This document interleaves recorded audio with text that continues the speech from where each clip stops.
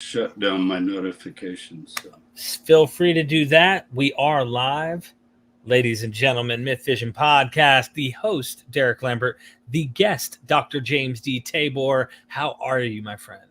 I'm great. I'm ready to go. I am as well. Let's talk about the P-Man. Let's talk about it. I do have an intro. I have updated. And if everyone who's watching pays close attention, those who have eyes to see, let them see. The White Horseman is Dr. James D. Tabor. Here we go.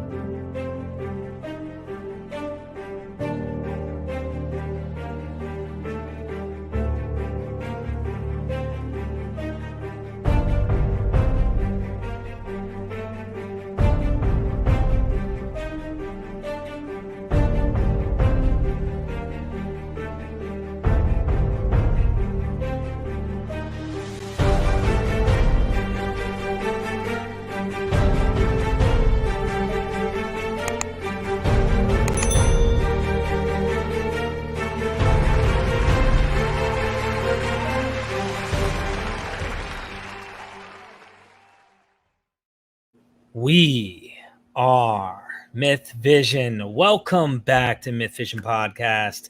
Dr. Tabor, you're going to be bringing some interesting stuff today. I look forward to hearing. But before we get there, just so everybody knows in what ways they can go and find out more, especially once they watch this episode and they enjoy what they hear, you have a YouTube channel. Tell us about your YouTube channel. We'll talk about a few things in the intro here, and then we'll get started. Yeah, I just started it 2 months ago with your encouragement, and it's going really well. I'm getting, several of the videos have, 60, 70,000 views. I'm putting up a lot of older things. For years, I've done these like biblical archaeology lectures and so forth. People have to pay hundreds of dollars to hear them. And I've started just putting up some of the old ones. So the quality is maybe 10 years ago or whatever, but the content is incredible. And I think people like it. It's like a blast from the past. What did Tabor say 10 years ago? So there's a lot there. I think there's 80 videos now. So you're growing. And I got a lot more coming. I try to do one every 2 or 3 days. So I definitely can't wait to get into David Koresh with you at some point and what happened and just you name it. We're going to go there at some point. Yeah, I want to do that. I want to do the Shapira scroll sometime. Maybe we'll get Ross Nichols with us. Yes, I have his book actually right back here, the Moses scroll. I'd like to get into that as well. But you know me, I at least want to read some of the contents before I interview him. We got time. We've got time. So yeah, and we'll be in Israel in October. So you also have just finished this semester, so my schedule's opening up. And this is the blog, of course, jamestabor.com. And some of my books are in that picture. But I'm moving almost every kind of handout and bibliography and all sorts of background reading to the blog. Mm-hmm. So the way to find it is just use the search feature. So if you typed in Talpiot Tomb or Shapira or really resurrection or Paul or anything, you would get dozens and dozens of articles. It's also got all my publications uploaded as PDFs. So just quickly, you retired just recently, right? Or you are retiring? I'm not going to teach full time anymore, but I don't like the word retire because I think it means like you sit around and do nothing. I'm actually launching myself into all kinds of new projects that are pretty exciting. Filming and interviews and lectures, new books. And but as far as full-time teaching after 45 years, I think I've kind of paid my dues on that. So I think you have. The topic today we wanted to discuss, it gets in the vein of my channel. I do want everyone to know, go pick up a book or 2 or 3 or 4 or 5 or 6 or 7 or 8 or 9 or 10 or 11. Who knows how many he has? Lots of books. Go get a book or 2. He has some on Audible as well. So I've enjoyed every read that I've read of his. Please go check him out. Also, us at Myth Vision, If you want to help us out, you can join Myth Vision's Patreon.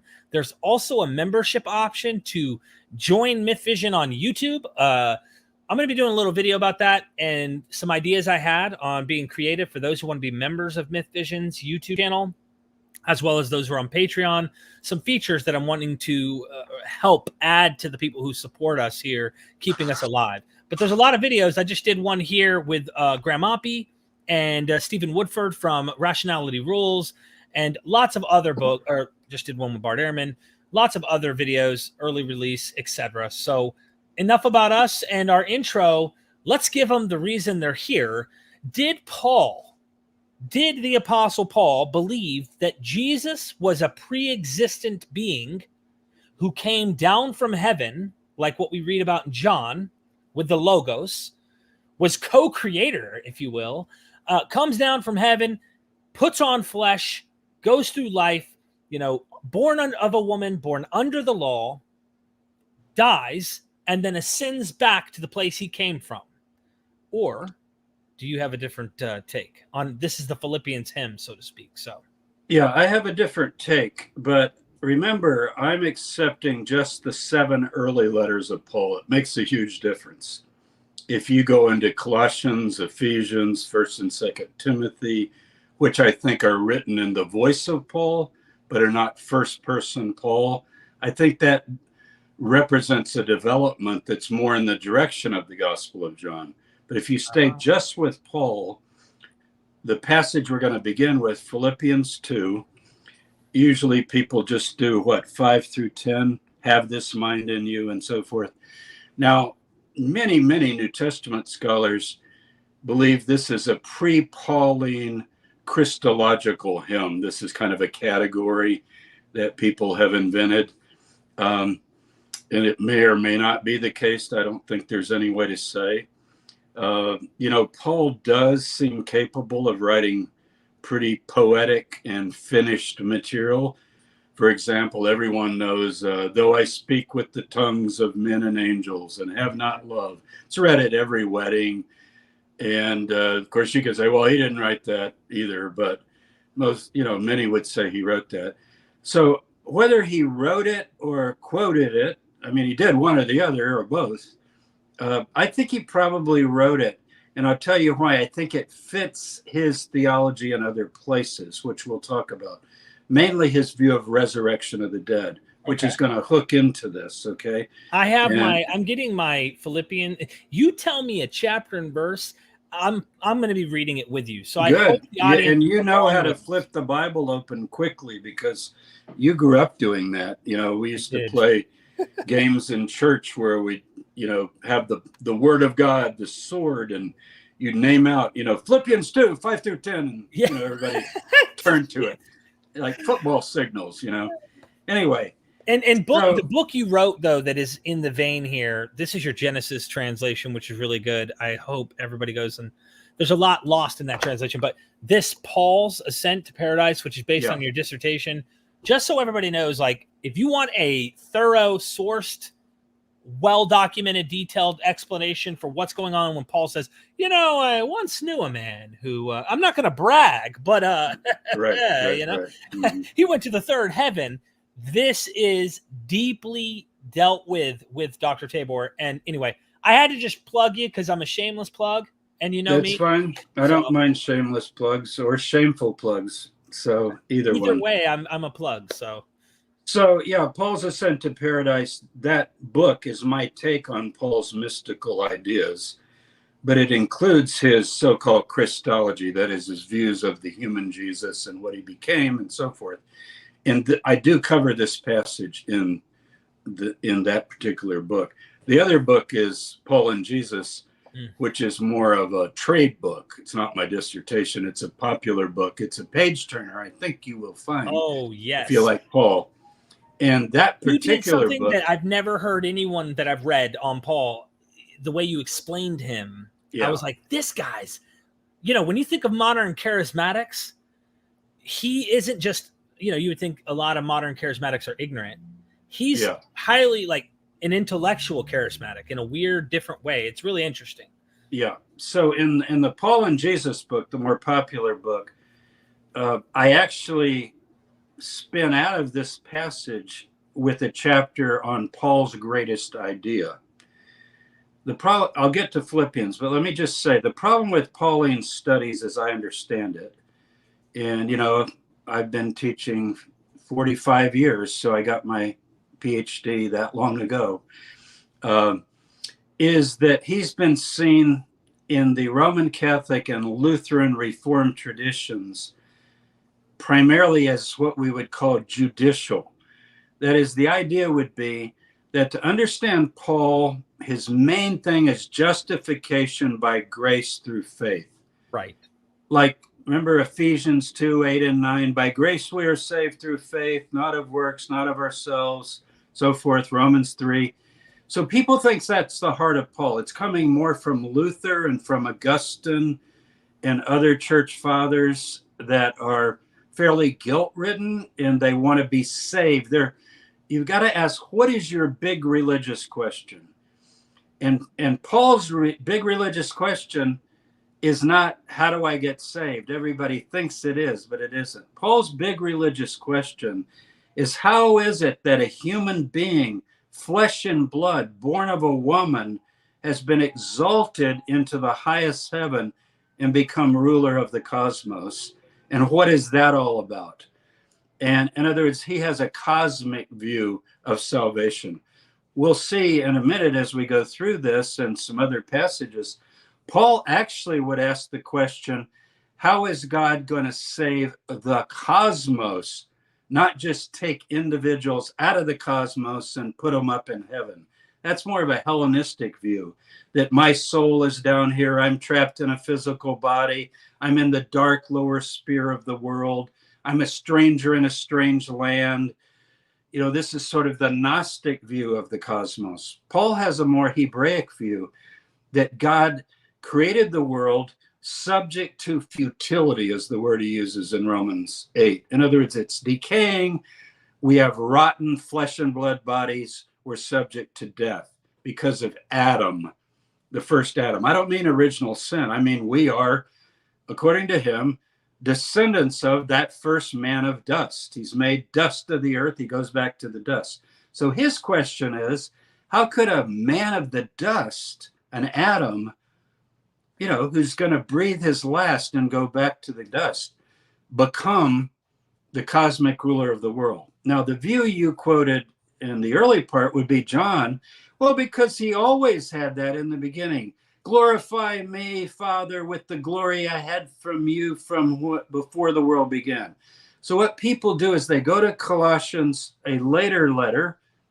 I mean, let's face it, if the scholars are right, a forgery, right? It not written by Paul, maybe with some Pauline ideas, but it's really altered. Or they go to Colossians and they get that pre-existence. Then they go to Philippians 2. And I know a lot of the mythers, people that wonder if Jesus even existed, they love this passage because it seems to give a kind of a pre-Pauline myth of the pattern of Jesus. So he's not really a person as much as of an idea. I think Paul believed that Jesus was a man of dust. He was flesh and blood. And that when he died like anyone else. But then he believed something happened. And it's actually not resurrection. That's the wrong word, but we'll get to that in a minute. Okay. I don't even want to blurt it out. I don't want to blurt it out. You're not going to see resurrection in this passage. Like it should. Let's just read it. Okay. Have this mind in yourselves. This is RSV. Which is chapter 2, right? Chapter 2, verse 5. Okay. Who, though he was in the form of God. I understand why people misunderstand this, because I'm just going to read it first. And everybody, how you have an idea in your head, you go, yeah, I've heard that. Well, wait a minute. We're going to go back. Though he was in the form of God, he did not count equality with God a thing to be grasped.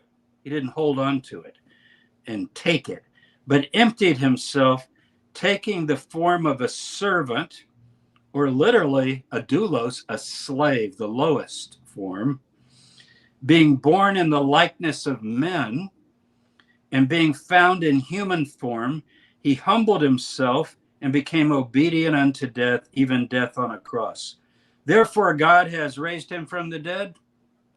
I'm misreading. Does it say? Highly And therefore, exalted. highly exalted him. We just skipped the resurrection.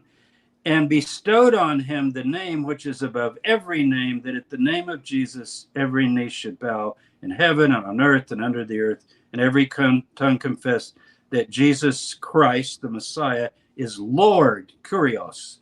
He's Lord of the cosmos, to the glory of God the Father. So there's God the Father, the cosmic Lord Jesus, and then flesh and blood human beings.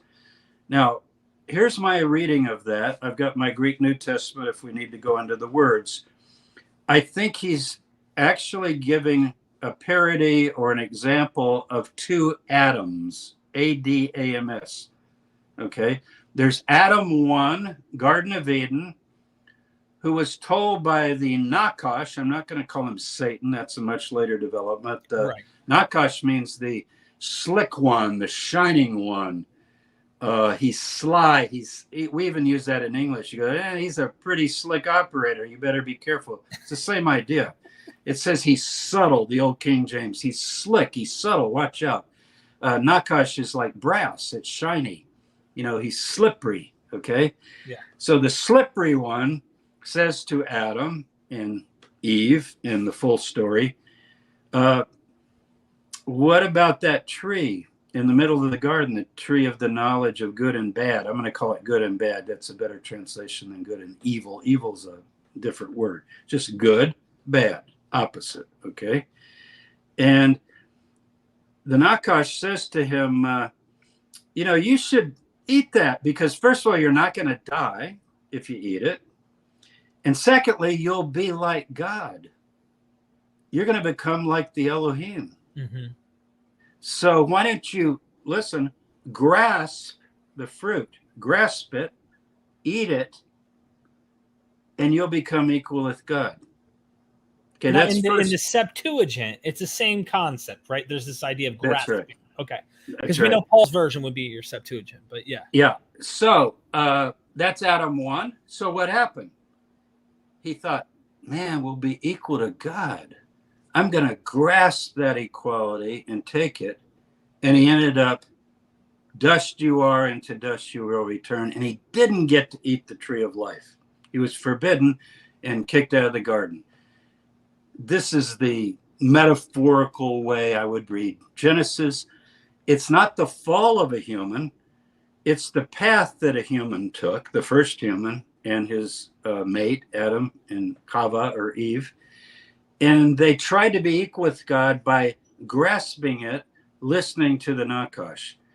Now, here he's telling about Adam 2.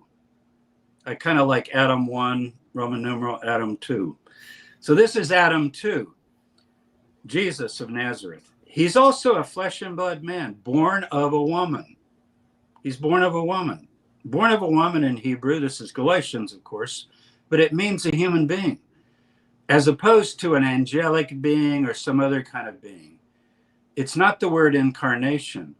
Jesus says, for example, among those born of women, in the Q source, the gospel source, sayings that Matthew and Luke have in common, whether you call it Q or not, among those born of woman, there's none greater than John. He's not talking about reincarnation. He's saying there are two kinds of beings in the world. There are angelic beings that God created, and there are beings that are born of, they're atoms, in other words, ADAMS. They're of the Adamic genus or race, right? Mm-hmm. So what did Adam 2 do? Adam 2, his name was Yeshua or Yehoshua. He didn't do that. He didn't grasp equality with God. He did the opposite. He became a servant, a suffering servant, even to the point of dying on the cross. Now notice it doesn't even say that he died for sins. I think Paul believed that he died for sins, but I just want you to notice the emphasis here is that he gave himself to the nth degree. It's the opposite of grasping. I want to be equal with God. He's totally unequal with God, so, to the point that he's executed like a criminal. Rather than take, he gives. Rather than take. Well, he doesn't just give. He just literally smashes himself into nothing. I'm just Because using what an it analogy because the first Adam is took, taking. exactly. Okay. The That's right. second Adam, it seems, is giving. He's a He's giver. He's not a taker. And what I find interesting, maybe you're going to do this already, is that verse 6, who though he was in the form of God, well, Adam was in the image of God. That's right? where people get thrown off. I see what you're saying. The Genesis 1:26, let us make humans, right? After our likeness, in our image. So though he's in the form of God, he has that potential to be God, to eat the tree of life. But he doesn't grasp and try to get it. He does the opposite. And it is giving, but it's more than giving. It's literally that word, he humbled himself. It's the idea of tapenos in Greek, just literally make yourself the lowest. Okay. And Paul loves this pattern. Remember, he says about himself that I am the least of the apostles, but I worked harder than them all. So anyway, he struggles. So then, he struggles. Yeah. And then because he did this, and notice even death on a cross, the most despicable, horrible, shameful way to die in the Roman world. Right. People die on their deathbeds. They die all kinds of ways. They die in accidents. But a cross in his day, being crucified. So therefore, God has highly exalted him. Now, of course, if he's dead, it involves what's called resurrection. But here's a secret that I try to tell my students. Everybody calls 1 Corinthians 15 the resurrection chapter. They go, oh, that's the resurrection. He starts with Jesus' resurrection, and then he goes to all those in Christ will be raised, and so forth. It's not the resurrection chapter. You know what I would call it? It's the transformation chapter. What do I mean by that? It's a Greek word, metamorphosis, to transform. It's to go from a caterpillar to a butterfly. Now, of course, you have to go into the cocoon and, quote, die, or one analogy, plant a seed and it dies. Go back to the dust as Jesus died as a flesh and blood human being. But then Paul talks about the dead and the living. That's why it's not just about resurrection. The only reason the dead are included in that chapter is because the Corinthians are thinking, oh, when Jesus comes back, we're all going to get this butterfly transformation. We're caterpillars. We're lowly flesh and blood people, and we're going to turn into monarch butterflies like Jesus was. Wow, this is so great. And somebody goes, well, what about those people that died? Like they missed, right? Because he's going to come and, oh, no, he'll raise them up first. And but as they come, they're raised incorruptible. He's not going and searching for body parts. The sea will give up the dead. Well, that pretty well tells you that we're not looking for bones or ashes that get scattered or rotten corpses that deteriorate within a year or two. That's not his idea. But the essential self, he doesn't really call it a soul, but, the idea of Sheol or Hades, I like the word a shadow or a shade. And his metaphor is sleeping in the dust. So if you die, it's just like you unplug a computer and it's not running anymore. And then if it drops on the floor and breaks, or you leave it out in the weather and it deteriorates, it's gone. But if it could get rebooted and transformed, maybe in some new enhanced, this is just an analogy, but the idea, that's Paul's view of death. He talks about concerning those that have fallen asleep. What does he mean, fallen asleep? They're dead. They're gone.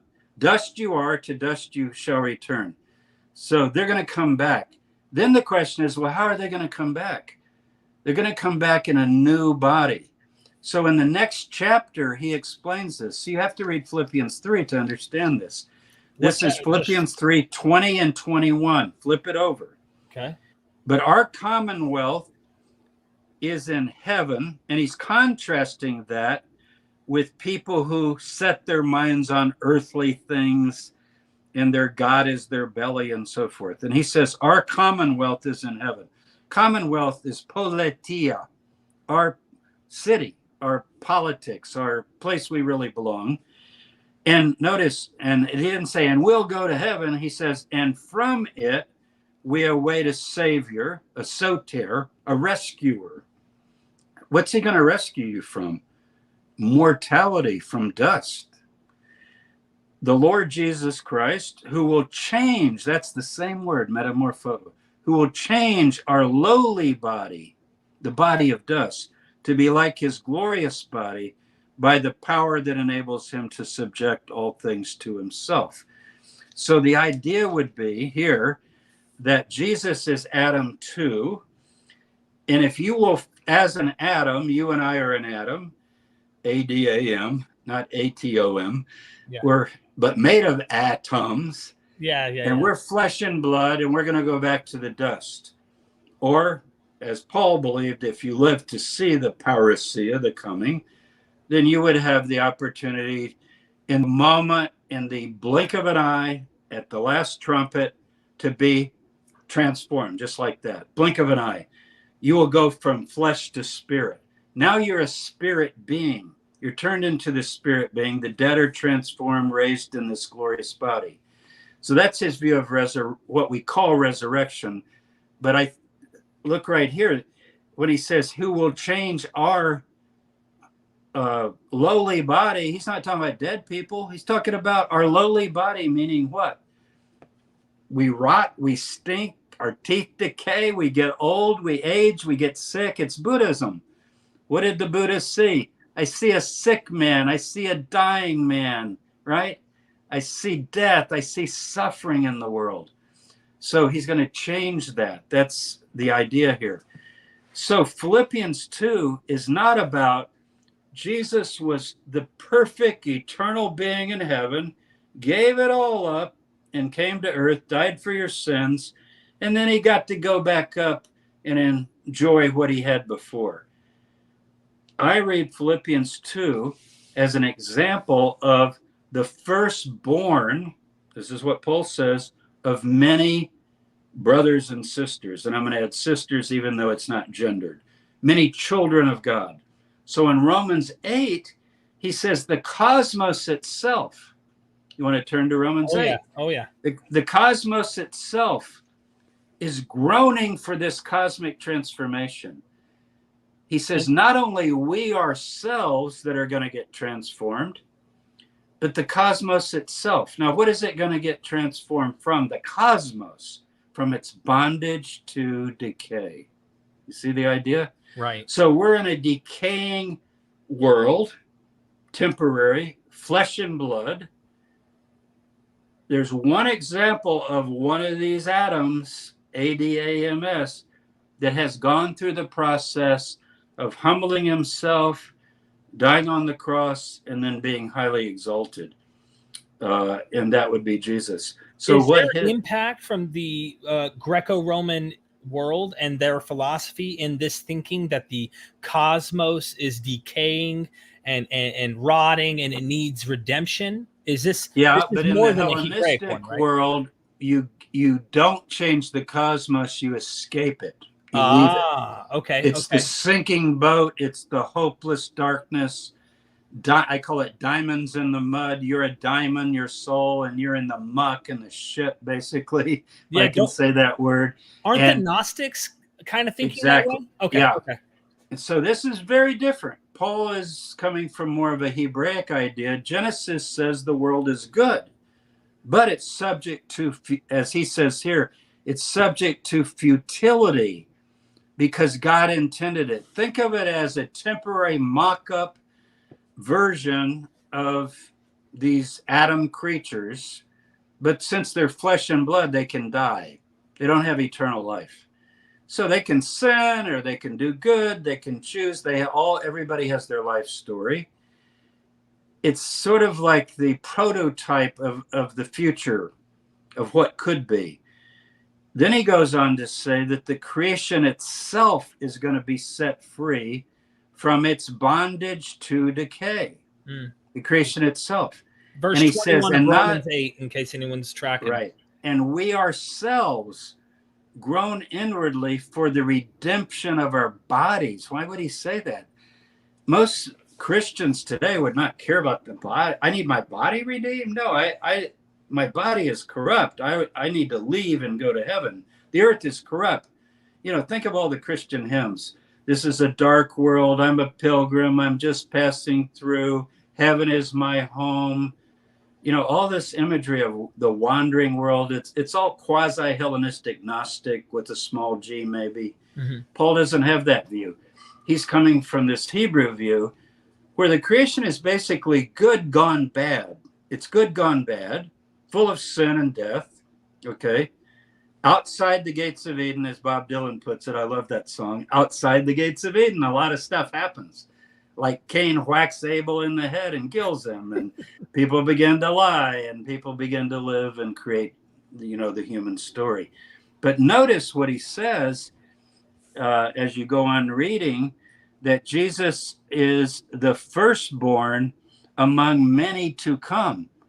So he's the first of these new Adams, Adam 2s, but there's going to be a bunch of Adam 2s. It's a family. Mm-hmm. Right now there's just one. And this is what drives Paul's theology. Of course, he believes in justification by faith, because only by grace and faith, if you're a caterpillar, I don't care how good you are, change yourself into a butterfly. What are you going to just sit there and go, I want to be a butterfly? It's not going to happen, right? It has to be done by a higher force, a metamorphosis in the cosmos. But he says he's the firstborn of many. And so Paul believes that he has seen the Lord. We talked a few weeks ago, and I made the kind of startling statement. Everybody says, we don't have any eyewitness reports of the resurrection. Well, we do have one if you accept the genuine letters of Paul. 1 Corinthians 9, Paul says, I've seen the Lord. 1 Corinthians 15, he says, last of all, he appeared to me. I like the word sighting rather than appeared. So, Peter had a sighting, James had a sighting, the 12 had a sighting, the 500 had a sighting, and I finally had a sighting. Well, what is it that you had a sighting of? Right. A resuscitated corpse walking around Jerusalem? That would not be Philippians 2. Highly exalted him, transformed him into one of these new beings. Now, if you say, well, what would that look like? For Paul, it's as different as the caterpillar and the butterfly. I mean, they're really different looking. And if you'd never seen the butterfly, you'd have no idea what's going to come out of the cocoon. You see that? You'd think, you say, well, what is that little worm going to be? It looks like it's crawled into its grave and it's just kind of a, sticky whatever.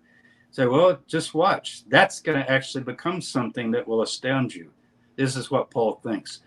Now, what did Jesus become? A flesh and blood, breathing, sweating, stinking human being. Because he was a human being, born of a woman, right? Just like John the Baptist, born of a woman, among those born of women. He became a divine, life-giving spirit. And then Paul says, because flesh and blood cannot inherit this kingdom, people read it piously like, flesh and blood cannot inherit the kingdom. What do you mean? The kingdom is the cosmic rule over angels, principalities, powers. If you stay a mortal Adam 1, which we all are right now, you seriously think you're going to rule the cosmos. Now, remember, we're talking about his view of the cosmos. Right. Levels of heaven, unbelievably powerful forces, just even in the air. Satan's the god of the world, the prince of the power of the air, heights, depths. He mentions right here in Romans 8, he says principalities, powers, angels, things present, and so forth. So how are you going to have the kingdom of God, not as a living, breathing creature of dust? So then he says in 1 Corinthians 15, the first Adam was a man of dust. Well, Jesus was a person of dust. He died. Jesus died. And people ask me what I believe about Jesus. This is more personal. They go, what do you believe about Jesus? I believe a lot of things historically, like that I think he grew up in Nazareth and that he went to Cephas and, all kinds of things. But I've often said, he's dead. and not divine. Now, what I mean by not divine, I mean, I'm not trashing him or anything. It's like he's a flesh and blood human being. Now, I personally am not a believing Christian. Usually I don't talk about my own faith because I want to do, I'm interested in what Paul taught and getting the ideas straight, you see. But I am in the sandbox, you know what I mean? Yeah. I'm very interested in what I think Paul thought. And I'll tell you what he thought because he tells us what he thought. He says, flesh and blood cannot inherit the kingdom. So Jesus is flesh and blood. He dies. But he says, neither can corruption inherit incorruption. Because you can't turn this body into what he's talking about. Back to the caterpillar and the butterfly. And just so everybody, I must poke, and I want you to know too, we're going to get your super chats. Don't worry. I promise you we are. I hope you've enjoyed this so far. I'm writing an article now. In fact, Dr. Tabor is going to take a look at it and help me tweak some things because I am not a scholar who's used to writing articles and stuff. So, but I'm using a lot of his work and I want to use more of it in this issue. Paul contradicting Luke and John. And I want to get into this. So when Christians love going to 1 Corinthians 15, they love to make these arguments in their apologetics to prove the resurrection is true and Jesus rose and you need to believe or be damned and all this stuff. It's like when we want to pin down what did Paul mean, what did Paul see when he says I sighted or the Lord appeared? Absolutely. It is not what you think of in Well, there's in a professor at Liberty University, let's don't name him, we don't need to. Okay. Who writes pretty huge books, and I've met him, and we've talked, and we're friends on a certain level. And he pins everything, as many apologists do, William Lane Craig, just about all of them, on Luke and John's accounts, and a little bit of Matthew, but Matthew's not their big one, because in Matthew they're on a misty mountain and some doubt, and I'm not even sure what they saw, but they heard a voice supposedly and so forth. Right. But everything's been, and yet if you say, but are those eyewitness accounts, I think it has to be admitted. Well, Luke says, I didn't see this, but I checked with eyewitnesses and they saw it. Right. Okay. So it's not eyewitness account. Luke didn't say, whoever Luke is, the author, the author did not say, I saw it. It's not one of the we passages, right, of the book of Acts. Okay. So where's an eyewitness account? Say, well, Matthew. Well, again, you got to go with the academics. These names are put on later, Matthew, Mark, Luke, and John. And they're talking about a resuscitated corpse for apologetic reasons. If you go back to Paul is our only first-person witness of the resurrection of Jesus, or could I say, of the transformation of Jesus, now that I've introduced that idea, of the Philippians 2 phenomena, of the highly exalted Jesus from dust to a life-giving spirit. Okay, he's the first witness. And what does he say? He likens his experience to the experience of the others. Well, I don't have anything from Peter first person or from James first person. We have a letter attributed to James. He doesn't even mention the resurrection. And he only mentions Jesus twice. And once is in the beginning, just kind of saying, oh, yeah, I'm writing about Jesus, and faith in the Lord Jesus or something of that nature. So what did Paul really see? Well, you know what? We don't have to wonder what Paul really saw. And I'm not going to the book of Acts here. Oh, he saw a light. I think maybe he did see a light, but I'm talking about first person. He tells you what he saw. And you know what he says? I can't describe it. He had this glorious, incorruptible, new body, like a life-giving spirit. But if you say, well, but what kind of a body? A soma, like the shape. And he said, I can't really say, but I can say that we will also be like that. So, I mean, if we're going to be like that and he can't explain it, then he did not go around and eat fish and touch Jesus' wounds. That's not what he's saying. But what people do, including our dear professor at Liberty. And if he hears this, I'll be glad to talk to him, get us together sometime. I don't want to debate, but I'd love to talk. I get it. Because I actually like him very much. But anyway, plenty of apologists hold this view. They're more worried about, like, Jesus, he's dead, he's put in a tomb, so he needs to come out of that tomb and walk around to show that he was resurrected. Right. Well, do you realize that wouldn't even show that he was resurrected? I don't see that I see God highly exalted him, meaning he made him ruler over the entire cosmos. That's not a corpse walking around. Yeah. You see the difference? And so Paul is not interested in bodies. He's not interested in body parts. He's not interested in rotten corpses. He's not interested in people that die at sea and how are we going to get them back? Because he thinks Adam's told, dust you are and to dust you return. Notice, dust you are. Humans die, they go back to the dust. Now here, I know it's shocking to people. So what happened to Jesus' body? It went back to the dust. Now, how would I know that? Because Paul tells you in 2 Corinthians 5. He says, you know what it's like? It's like you've got you. We're at in 2 Corinthians 5? 2 Corinthians 5. He gives two analogies. He says, I'm going to give you two analogies of the coming transformation. One is, it's kind of like old clothing. Like you're naked, and you put on clothes. The body's your clothing. It's a Greek image. Plato uses it. You're clothed with your body. And it's kind of a nice analogy because I feel like I'm me, but if I lose my arm or lose a appendage of my body, I'm still me. So I'm clothed with the body. Body means your mode of existence in communicating to the world. So I'm able to talk to you with my voice, with my gestures. We can get on video. We can talk like this with our bodies, right? Right. But me is my spirit or my soul or myself, my inner self, my self-conscious identity. He says, it's like old clothes. And then he says, and you take off the old clothes. Well, now you're naked. You don't have a body.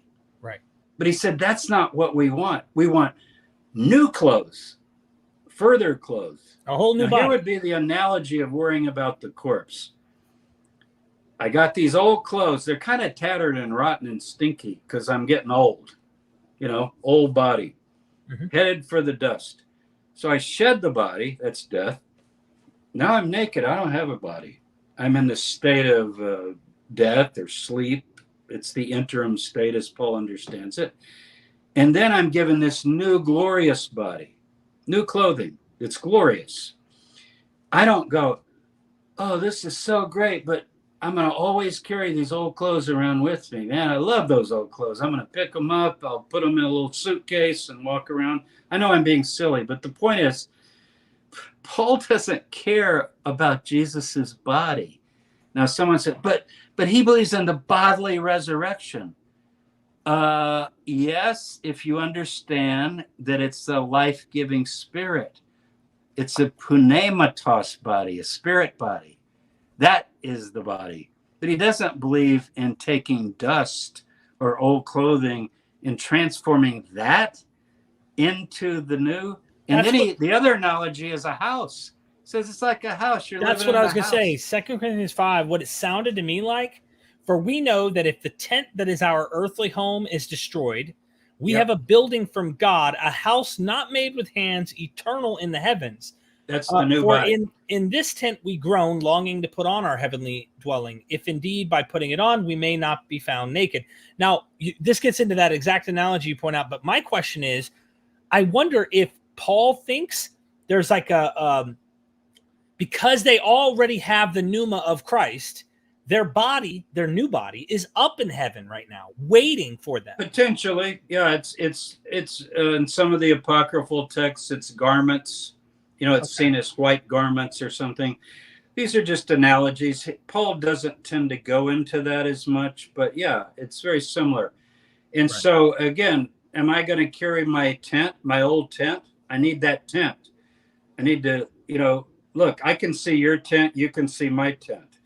But once I die, who cares about the tent? The question is there something beyond death? And I don't mean like immortal soul or something. Is there an event later in history that is going to reclothe me, further clothe me, he says.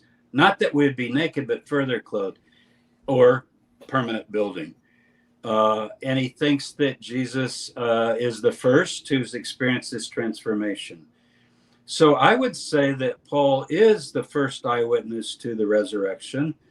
But what he saw, he says, I can't tell you, because it's so glorious and amazing and different from this world and this body that I don't have words to express it. I think that's the Things Unutterable. Real quick, and then I want to get to these super chats. Putting on skeptical goggles, which you are all too well good at, but you're also very respectful about people's faith. My channel, everyone knows where I stand. I don't believe these things ontologically are true. I think if Paul experienced something, I would say women who were super fans of Elvis, seeing Elvis after he died, whatever it might be that they experienced, there's some psychological or whatever might be going on, something's happening here. But is it fair to think that Paul's experience was a bright light of some sort that he can't describe? We could psychoanalyze, we can try to diagnose 2,000 years ago, which we can't really do. My point is we can attempt and speculate and whatnot. But do you think what he can't describe is described in blinding brightness? It could be. That's certainly in the book of Acts. That's how it's described, but he didn't write that. Right. He does. I think voice is the key. He hears something because he talks about that in his Ascent to Paradise, which is what this is about. Right. He says, I asked the Lord Jesus this, and he said this to me. So it's what we would probably call clairvoyance of a voice, but maybe initially it was like a light. I think rather than an Elvis sighting, it would be more like Our Lady or Fatima or some of the visions of Mary, where it's not exactly, flesh and blood woman necessarily, but some sort of a glorious thing, but often with some sort of ability to communicate or something like that. I mean, he tells us all he can. I'm sure he would like to tell us more. And it's not like I just didn't mention I actually saw him and he had arms and legs. But if that's the case, then when they go, well, what kind of a body are you talking about? He would say, well, I could give you a pretty good description because I ate some fish with him and he looked kind of like a normal human, but then he could walk through doors and stuff like that. But he didn't say that. Yeah. Yeah, he didn't go there. Now, if you go to Mark and you go to Matthew, you're getting closer to that idea that it's more, I don't want to say resurrection is ascension, because that makes it sound like we're taking the corpse up to heaven. Right. Which would be like the Romulus thing, or Luke 1 and Acts 1. Flesh and blood human being begins to sail up and they dissolve and they become... And it wants to say he'll return in the same manner that he left. And yeah, exactly. All of that. Well, that just doesn't make sense. I mean, Jesus eats in those accounts. What does he have? A stomach? And if he has a stomach, we could talk about other things that he would have. I mean, come on. We're talking about organs. Is that it? Well, it might be it to Luke and maybe John, at least in John 20. But it's certainly not Paul's idea, because he says, I can't tell you what it's like, but he says it's powerful, it's glorious, and it's immortal. Those are the three things he tells you. I want to say one thing, and then let's get our super chat. I have a past. Everyone knows I struggled with addiction. And in my years of experimenting, I have swallowed things and ingested things that have made me experience things. And I'm not saying this is what Paul did. I'm just saying that if I try to explain to someone who's never done them, there are not words that can actually tell and convey the experience of the substance to a person who has never done them. So Okay. the only way to understand is if you actually experienced the substance that I did. I can try, I can play around with words.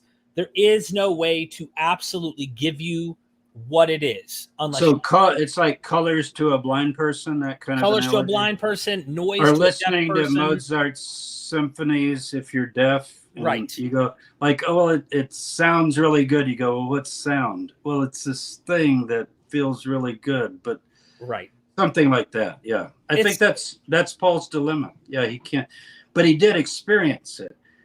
And he says, I don't know if I was in the body or out of the body.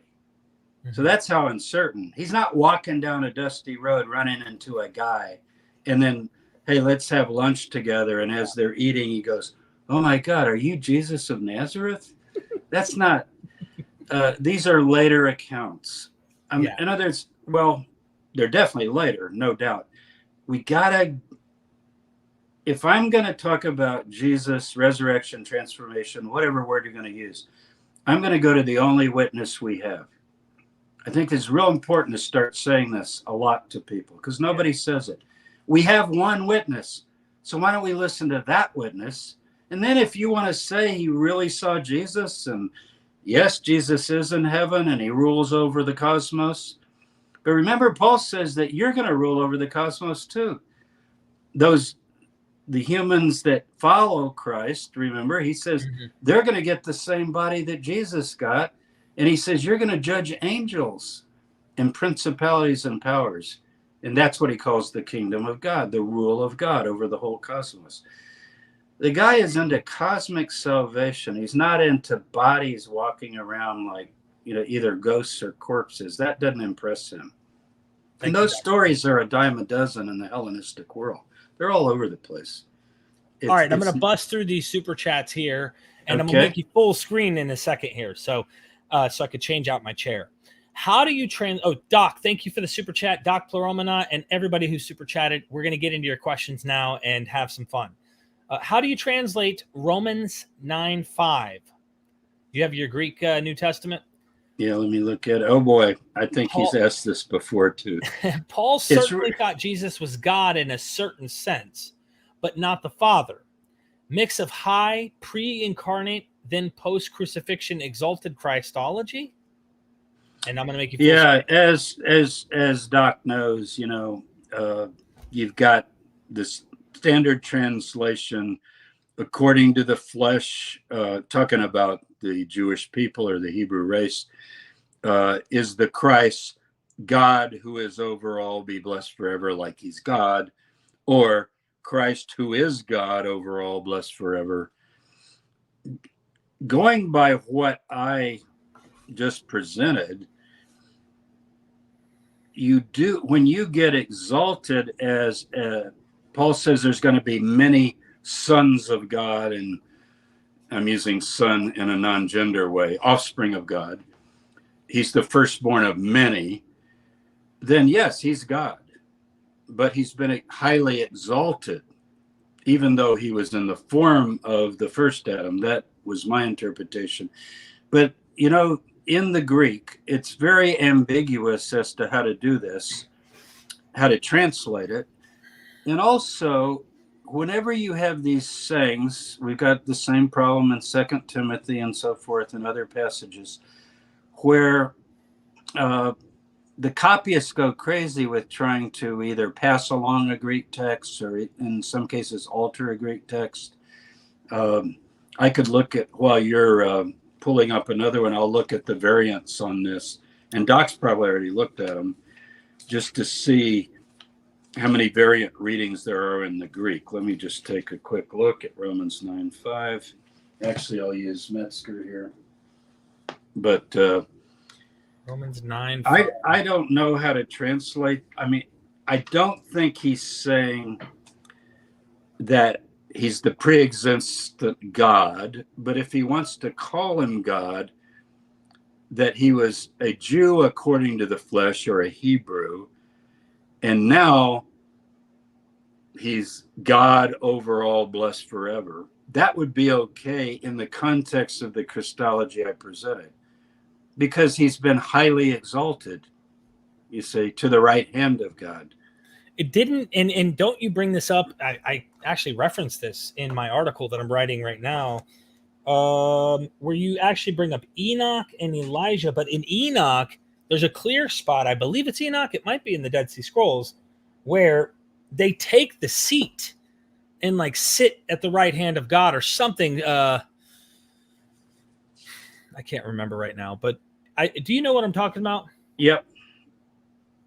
It's in First Enoch. Yeah, he says he comes up and sits on the throne.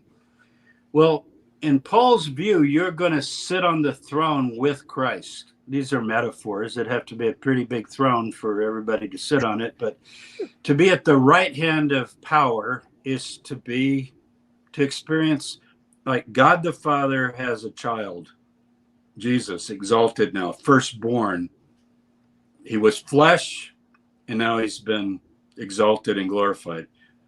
There are going to be many others in that family that will equally be exalted. Metzger's commentary on the variants, he says there are three main interpretations. I'm not going to read them all, but he says, if you place a comma after sarx, that's flesh, referring to the following words to Christ, who is God over all, blessed forever. That's one interpretation. Then you can put a full stop or colon, God who is over all be blessed forever, or God, he who is God over all be blessed forever, or he who is over all is God blessed forever. So frankly, how do I translate it? I don't know. But I'm not afraid of the idea that Jesus is God for Paul, because he thinks everybody's going to, not everybody, but all those who are finally glorified are gods. Somebody once said, like, my children aren't me, it is an analogy. So my children aren't me, but they're not a frog or a dog or a bird or a fish.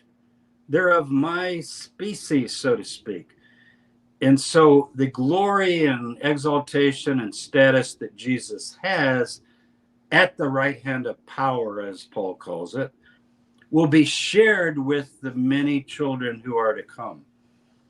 And that's why Paul's all excited. He says the sufferings of this present world are not worth being compared to the glory that will be revealed in us. That's usually taken as some sort of pious thing. No, he means literally, like, I'm this flesh and blood guy getting older. But that's not even worth comparing to what human beings will be in the future. So what is God doing? He's reproducing himself, to put it bluntly. God is reproducing himself. Yeah, You've got one kid right now, finally got an Adam to do the right thing. All the other Adams tried to grasp, right?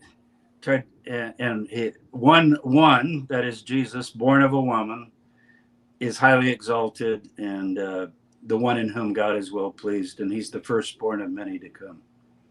I think that's Paul's idea. But it doesn't mean you'll be God the Father. Father is always the Father. Right. But you'll have your own. He's also not equal. I mean, like, he sees himself as equal with them. So these are all analogies. They're not perfect. Tents, buildings, houses, bodies. But he does use the word body, and that means that it's an individual existence. So what's the next one? Averos, thank you for the super chat. What's your view on mysticism of Paul the Apostle? The book or the idea, do you think? I think probably I would think the idea.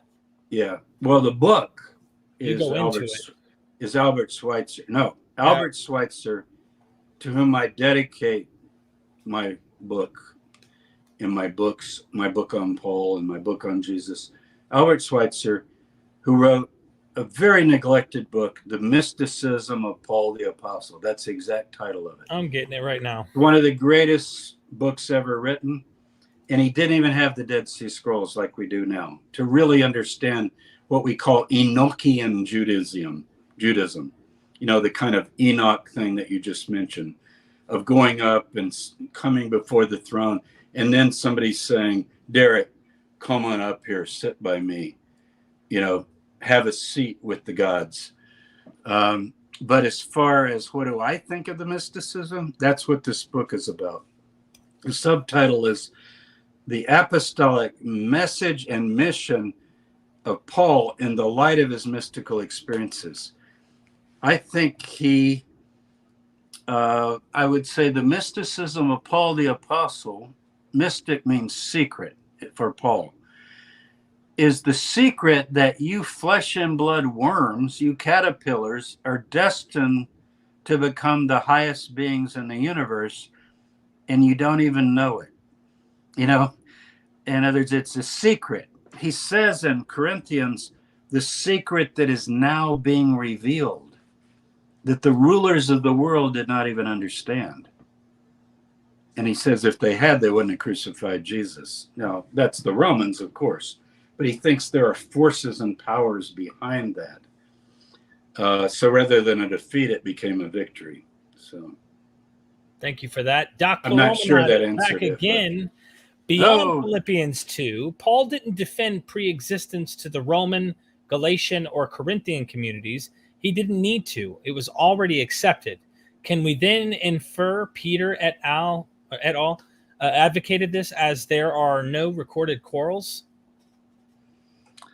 I don't know that it was accepted. I tell you, it's so hard to read the New Testament backwards. And I know Doc tries to do this, of course. I've got a chapter in Paul and Jesus, reading the New Testament backwards. We know Paul knew Peter or Cephas or went to Jerusalem and met them, but we don't really know that they all believed in the pre-existence of Jesus. I mean, I don't know that.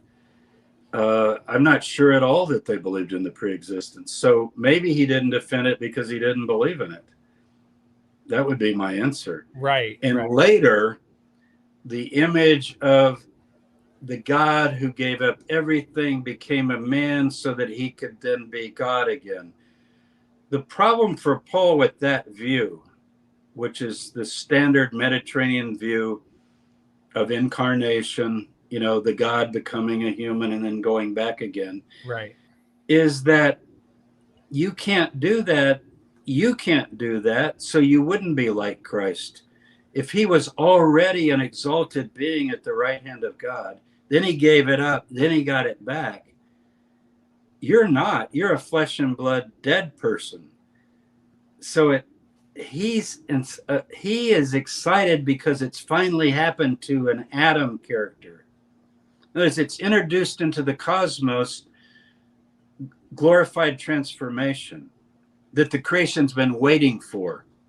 Not just an outer space glorified person visiting the lower world, but the lower world getting transformed into the heavenly world. Real quick, Dr. Tabor, can I get you to scoot into the camera a little more this way? Yeah. We're starting to have an apotheosis of you take place here, and That's right. Yeah. But that gets into that debate, and I mentioned this in my article just in passing of it being an apotheosis. I think what's taking place. Yeah, when I did my PhD exams on my dissertation, Paul's Ascent to Paradise, my teacher Jonathan Smith said, if you can ascend from your chair during the oral defense, we're all sitting around a table, I'm scared as hell.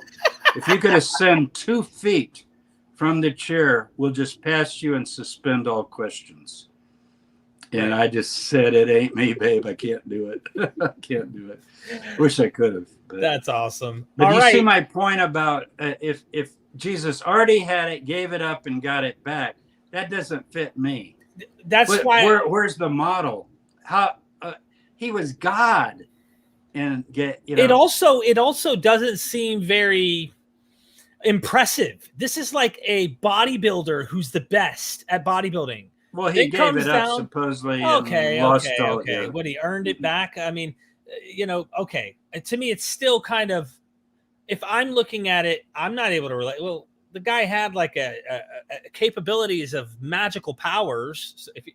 So that's jumping to the gospel. See, so we're getting into a different area that I'm already having a hard time chronology wise. So did Paul think he was a miracle worker who's out here doing all these magical powers?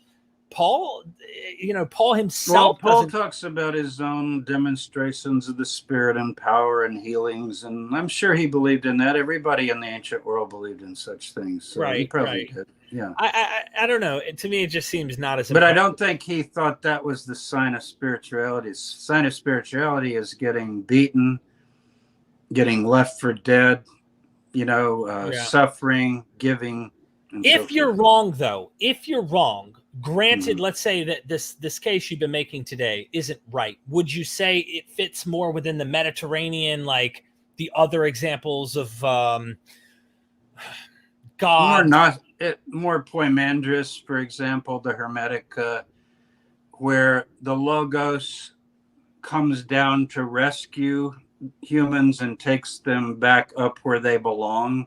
It's a completely different model. This model would be linear.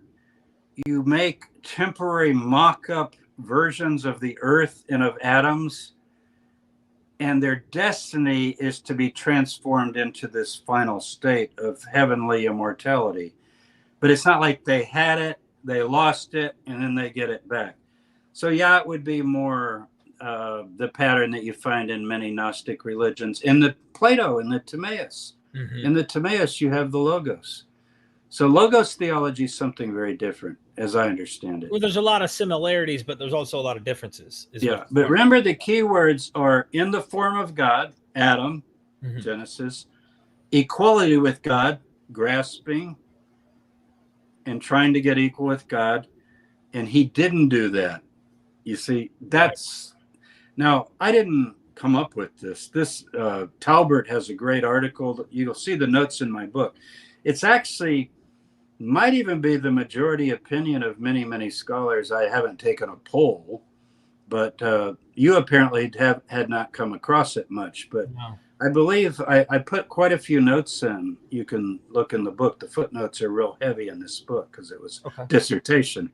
And it's an atom Christology is usually what people call it, an atom Christology. Thank you so much. Alan Bird, thank you for the super chat. Does Dr. Tabor know of Armstrongism? They believe there are now two persons in the God family, Father and Son, and in the future the God family will expand. Yeah, I am familiar with, if you grew up in the 60s, Herbert Armstrong was on the radio. I'm old, and most of your listeners I know are probably more your age. I don't know though, maybe. No. They would remember? Okay, good. And everybody remembers greetings, friend around the world tomorrow. I mean, it was, you couldn't drive and turn the dial without hearing it. And then his son, Garner Ted Armstrong. So when I was getting my master's at Pepperdine, I had my degree in Greek and Hebrew. So I went over to Ambassador College because they wanted me to teach Greek and Hebrew there. They had somebody from Fuller Evangelical.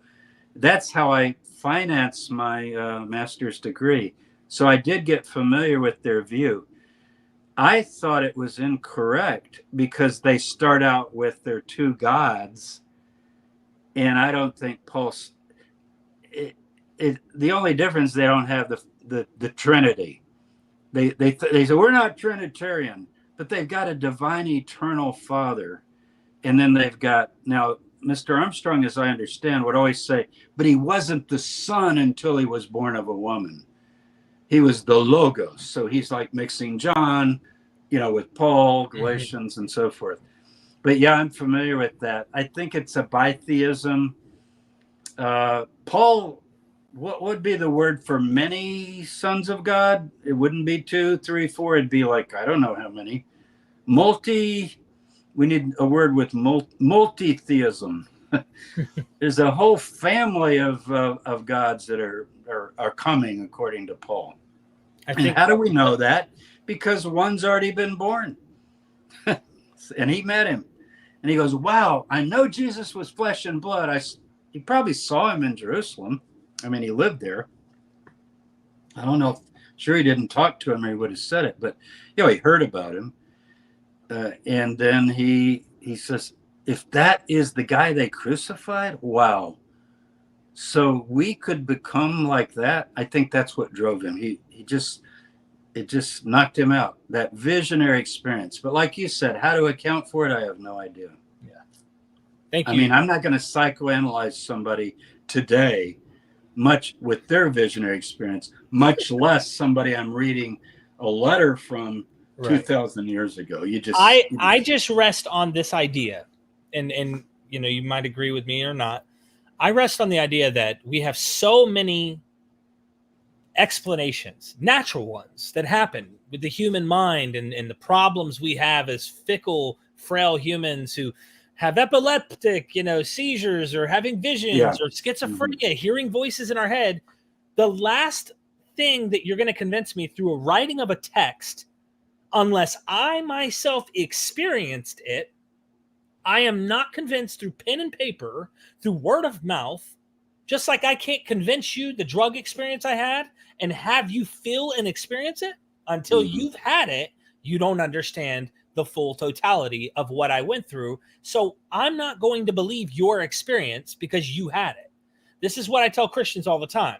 I am doubting Thomas, and until my hands are in his thigh or touch his hand, you know, my point is, this is the start. Or if he did speak to you, the way Paul seems to say he had, you know, if he said you heard a voice in your bedroom one night, Derek, this is Jesus of Nazareth. I've been watching you your whole life, and I love your doubting, and I think you're honest, but I want you now to know I am exalted to heaven, and I want you to be also exalted. So you need to straighten up your life. If you're a sinner, I don't know. Are you asking me what I would do?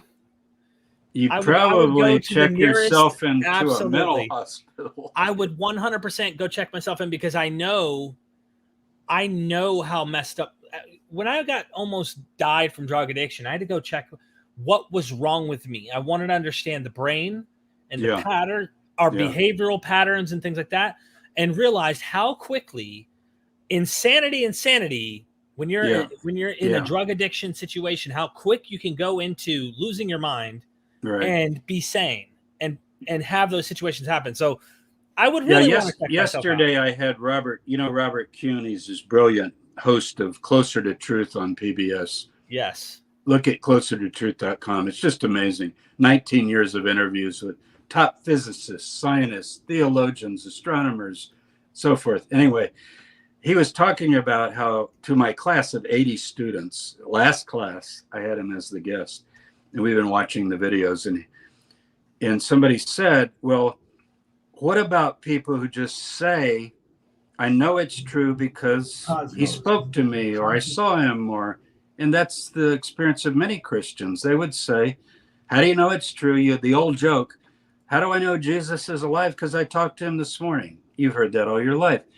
And I don't laugh at that, you know, but you know what Robert said? He said, if that happened to me, I would doubt it, because I would wonder, like, I would be very critical to know what's going on there, because that's just the way he's sort of I don't think he's really an atheist. He would think that's claiming to know too much about the cosmos, but he's not any religion. He's not a theist in any tradition. I want to show everybody who you're talking about, your friend. And you've probably come across his videos before if you're watching. Let me. What does he have? Like 1 million followers or something? I know he's it's huge. Almost 500,000 subscribers. Just trying to get through this little thing. I just want to show visuals so people know who we're talking about here. Yeah, and the web. Yeah, and I've interviewed with him a lot, but he interviews Marvin Minsky and all these people. He's really great. He's this brilliant guy. He had his PhD when he was probably 20 years old in brain science. Think of that. You know, the science of the brain. How does the brain work? Consciousness and so forth.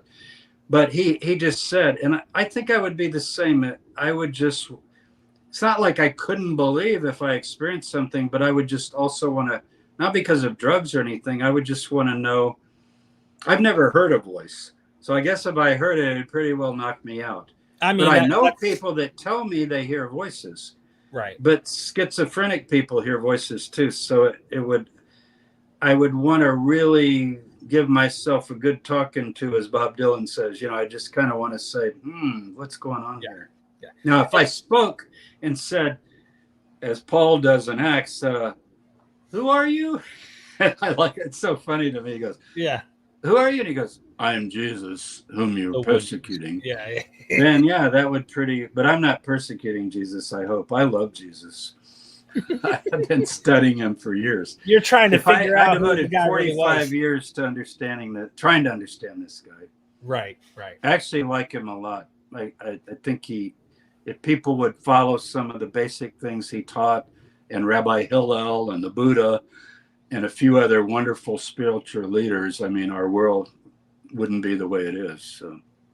Thank you for that response. Apollo's Christian Apologetics, thank you for the super chat. If Carmen Christie's role proposed contrast humility with general privileges, why also explicitly tie in Jesus' exclusive Lord morphe nature? Glad wasn't claimed Jesus was made the image of God twice. Hard time with that. Yeah, I think I know what he means. Let me go back to Philippians and just look at it. Let's see. Though he is in the form, the morphe. I might have to get the Greek out again, but I already closed it.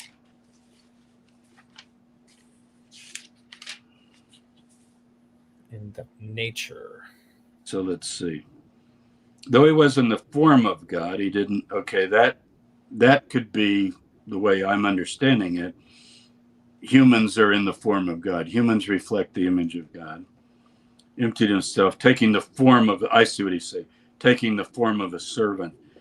There would be the idea that you can be a human in the form of God, meaning a flesh and blood human being, but he took the form of a slave. It's actually doulos, meaning as a human being, far from grasping, he ended up, according to Paul at least, completely emptying himself of all ego and desire to promote and grasp and get ahead and be first and so forth. As he took the form of a slave. And I would not see that as ontological, because it says being found in human form. This is the parallel to that verse. 7 and 8 are like parallel. It's like one explains the other. And being found, so he's saying the same thing. And being found in human form, flesh and blood, human, he humbled himself. And that's that tapianosis. It's this literally kind of putting yourself the lowest in terms of, in this case, the word doulos, a slave, the lowest social ranking of a human. You know, everything from washing the feet to whatever, making yourself last rather than first. Buddha, all over again. I think that's like, I don't think either one is an ontological transformation, but it's a great question. I see. Yeah, exactly. And you can see why people have problems or troubles with how to come up with their own.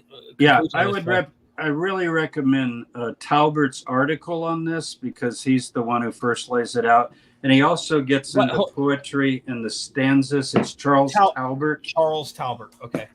Yeah, it's an article. Is it on academia, you think?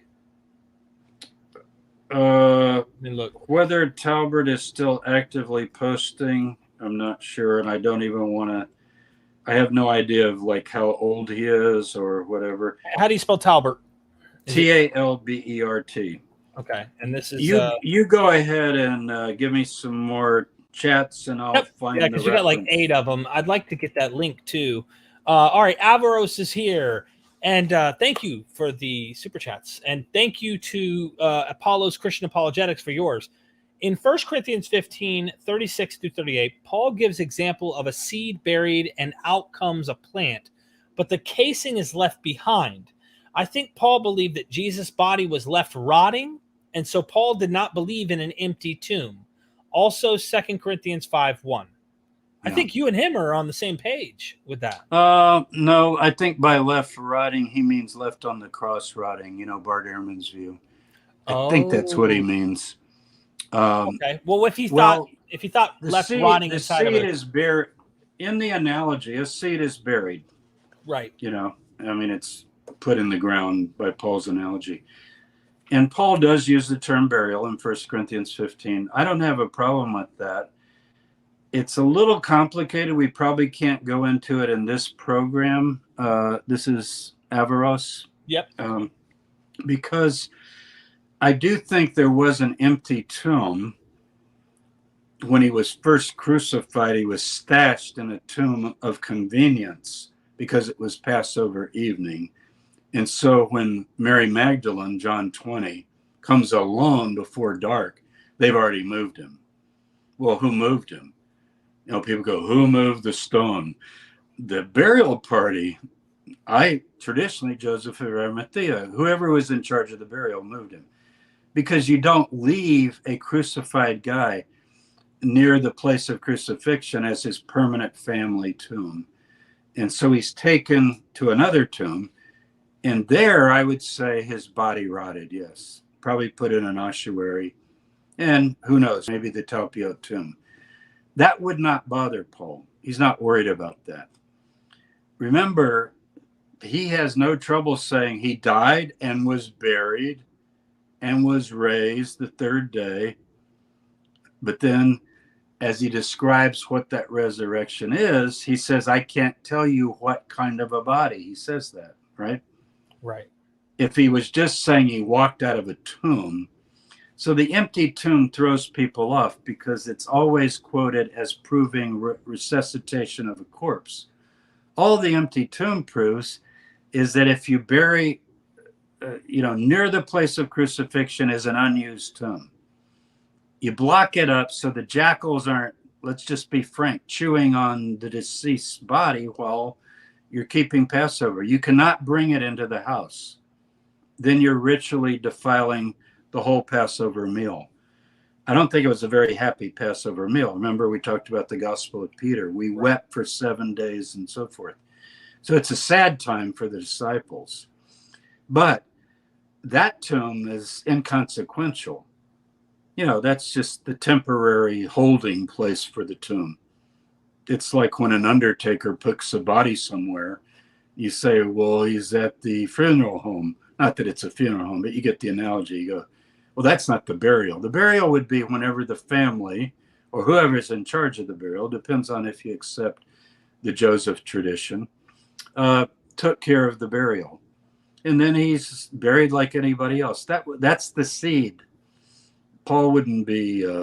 and also remember, burial, these are cave burials.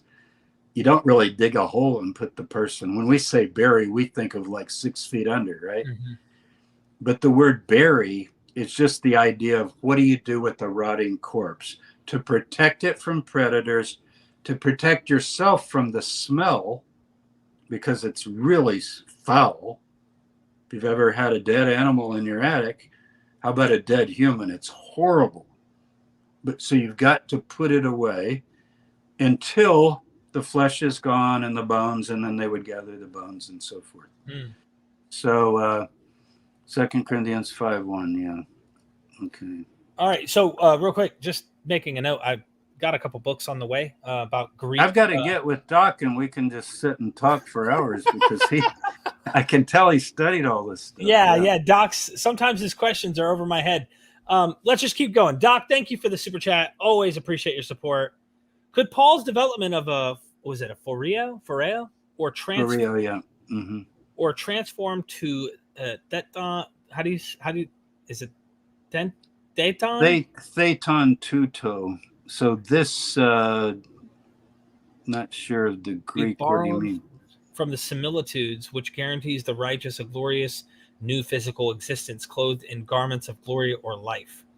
Could Paul's development of a foreo or... Yeah, I think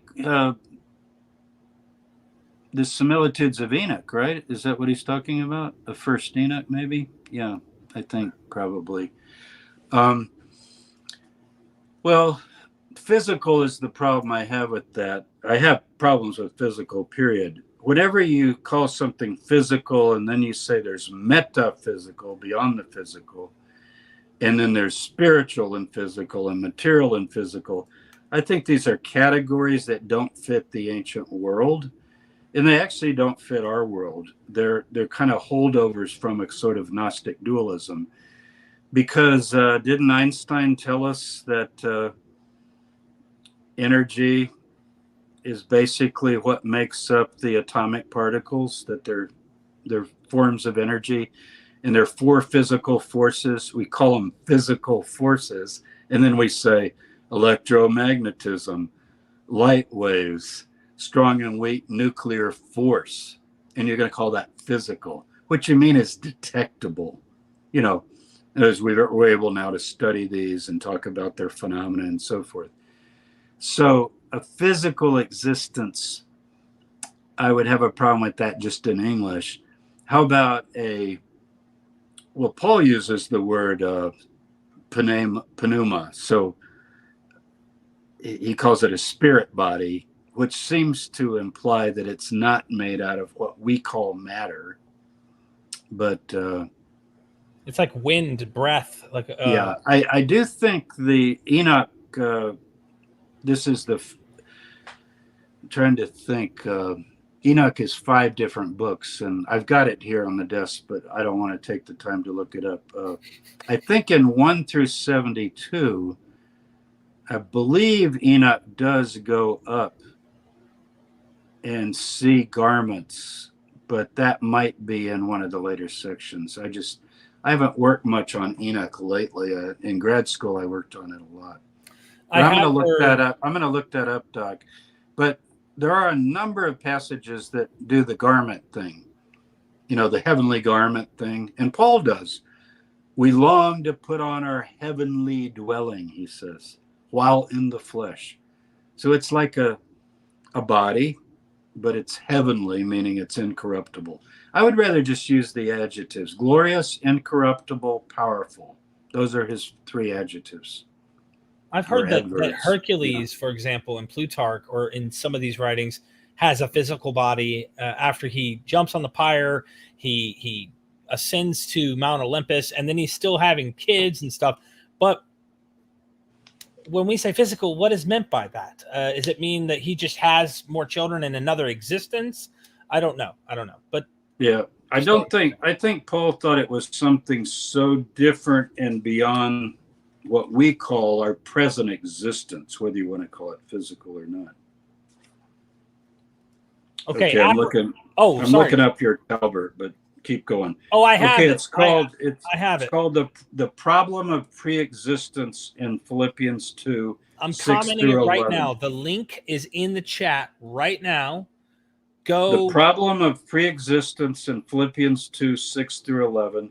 Yep. Journal of Biblical Literature, 86, 1967. So you can go to JSTOR. You can go to JSTOR, you know, that source, and you can get JBL articles. Or you could go to Academia and see if he has... I got a site that I just literally linked that takes you directly to this PDF. To that article. Wow. Yeah, it's 14 pages. I just commented in the chat. If you want to check it out yourself, it's there. Thank you so much. It's a great article. And he lays out the stanzas, which really helps, because it's poetry. It's actually Greek poetry. Yeah. Oh, okay, let's see. Okay, Avaro says, story of fish eating also found in the primitive gospel of the Lord, underlying Luke, Matthew. Tertullian makes fun of Marcion for this, but he misses the point that heavenly beings can eat earthly food. Yeah, that's certainly true in the Hebrew Bible when you have these epiphanies of what's called the Malach Jehovah or the Malach of Yahweh, you know, who can then eat something. What about the 3 men? One of them is the Lord that eats with Abraham in Genesis and so forth. So yeah, that can happen.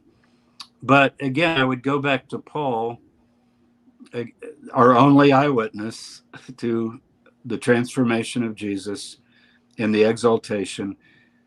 He says, I can't tell you what kind of a body. So at least we know his experience, which is the only one we have, was not that of a human-like being appearing and then disappearing and eating fish and so forth. But you're absolutely right. There are many tales even the book of Hebrews says, be careful if a stranger comes to your door and wants some food. Remember that? Mm-hmm. Because some have entertained angels unaware. So you tell the old beggar, get the hell out of here. We don't want bums around this house. Not going to feed you. And it turns out it was like the angel of the Lord. And you should have had him in and fed him. And then he would have eaten. And then all of a sudden he'd go like, poof. And he'd just disappear. What I'm saying in this show, at least, that's not the experience Paul reports. Otherwise, he'd say it was, look, he had arms and legs, and yeah, I can tell you what the body's like, but then he also had these enhanced abilities just to fly away and disappear. And that's what people say about Luke. Remember, they always say, oh, the doors were locked, but he just passed through. It actually doesn't say that he passed through. It says the doors were locked, and then he kind of shows up. It's not real clear that he passed through. Maybe he did. I don't know.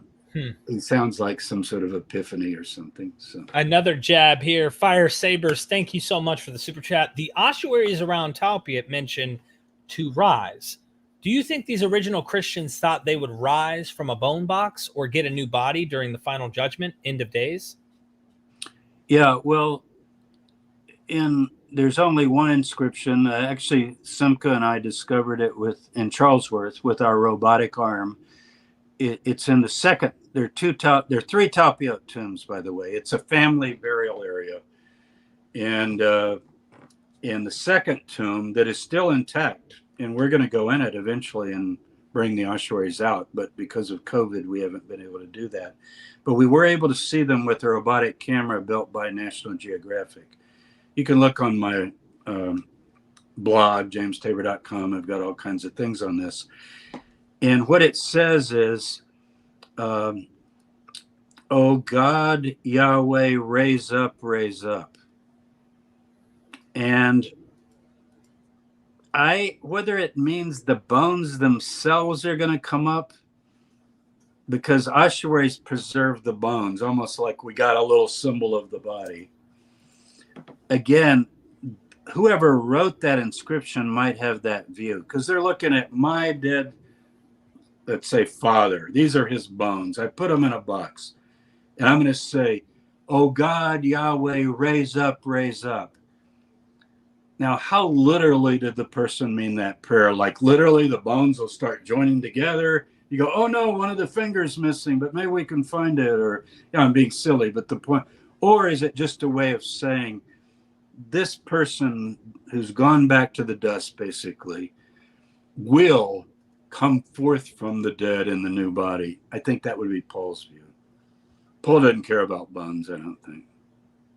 In that sense. He would revere bones as any Jewish person would. You're taught to reverence the dead in that sense. Thank you. Mm-hmm. Avro says, yes, Schweitzer's Mysticism of Paul. I love that book. And I'll tell you why it's so great, Avarice. Because the Dead Sea Scrolls were not even discovered.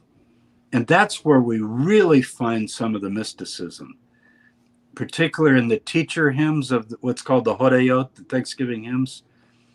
Oh, wow, it sounds almost like Paul.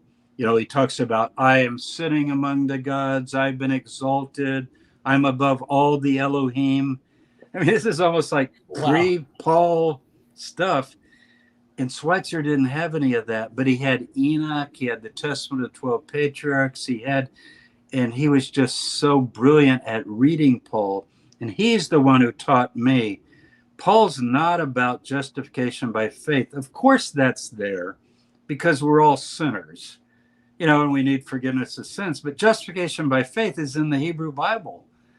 How many times does God say, if you turn and repent, I'll remove your sins as far as the east from the west? Judaism teaches justification by faith, not works.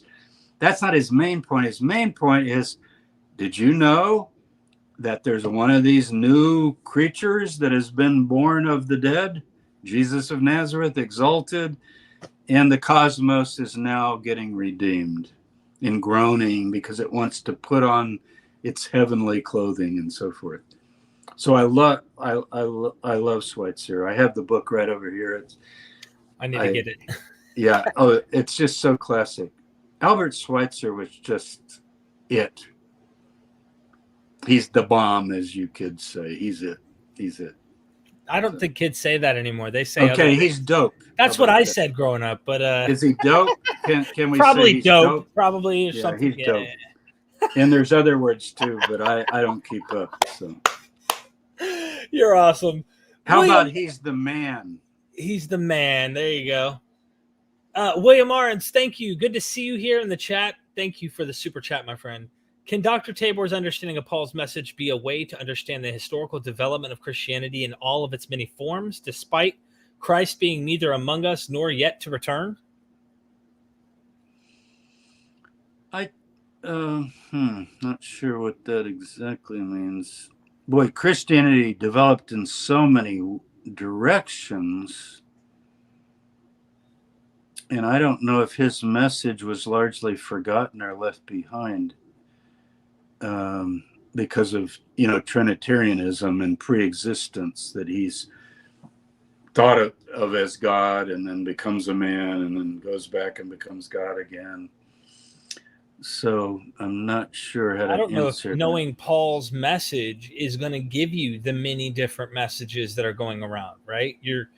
He's not used. A lot of patristic scholars that work on the so-called church fathers, because they are mostly men, they would say that Paul was read as an example of piety and sacrifice and almost like hero of the faith. But in terms of his deep message, he's probably over the heads of so many, maybe not Augustine, who I think was quite brilliant, and really did absorb Paul. Now, I will say this, Derek, in the Eastern Church, the Greek Orthodox Church, as it's sometimes called, the Eastern tradition, they've preserved this apotheosis idea. Right. And they don't have a problem with saying we're going to become God. And they would put a small g probably, it's not going to, you're going to be God the Father. Right. But that Christ, and they don't have my view of Philippians. They think he's pre-existent, of course, because they're Trinitarian. But they do have the view that humans are destined to become part of the divine family of God, glorified with grace. So they do have that.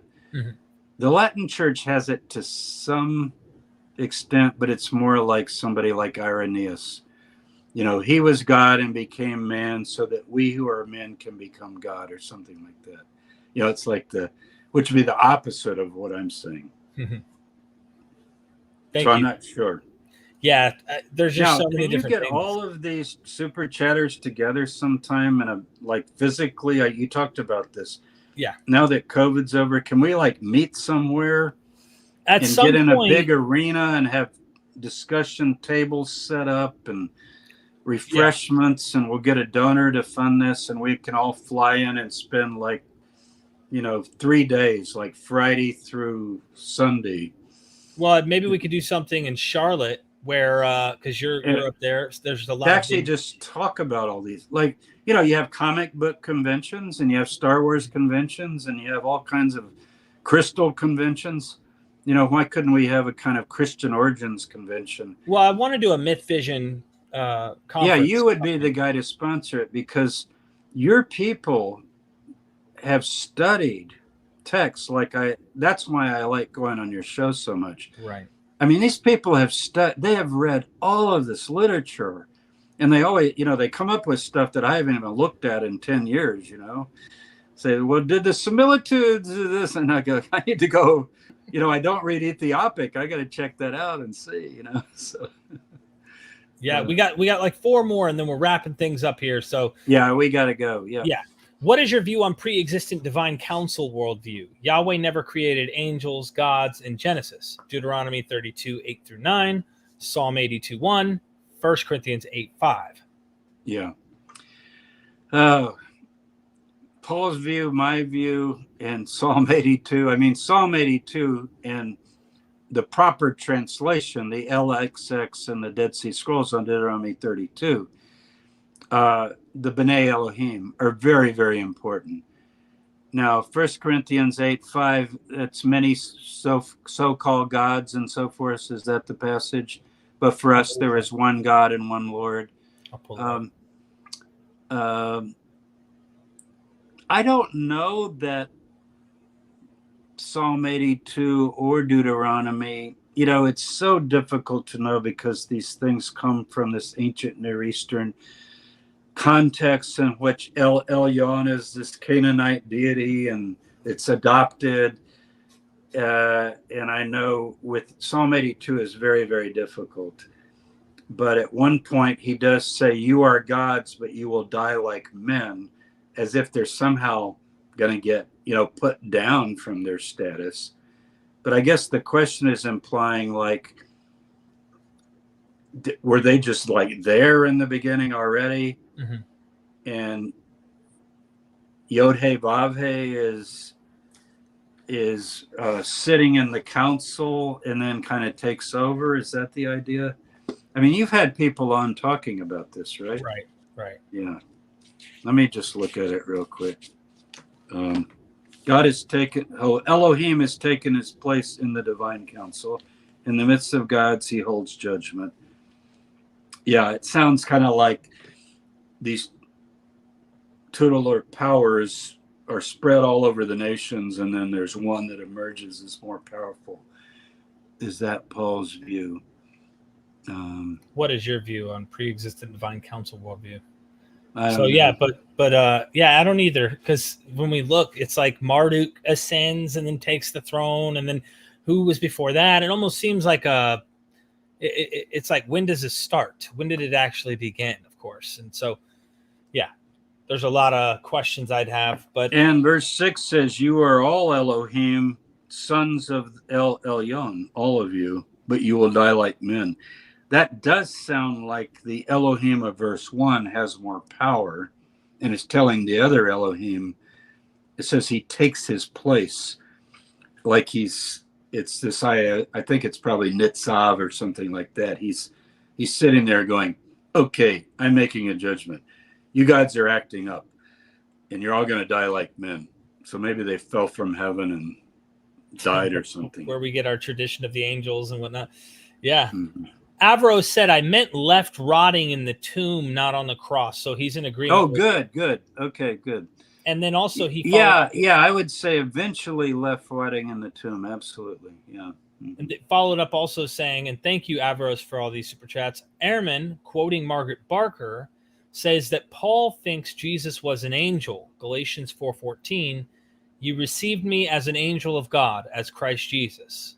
Comment? Mm-hmm. Well, angel just means messenger. So a messenger of God. Christ was sent forth, born of a woman, sent forth, so to speak, by God. So I think the word in English, angel, can throw us off in that sense. So it depends on what Bart means by Jesus was an angel.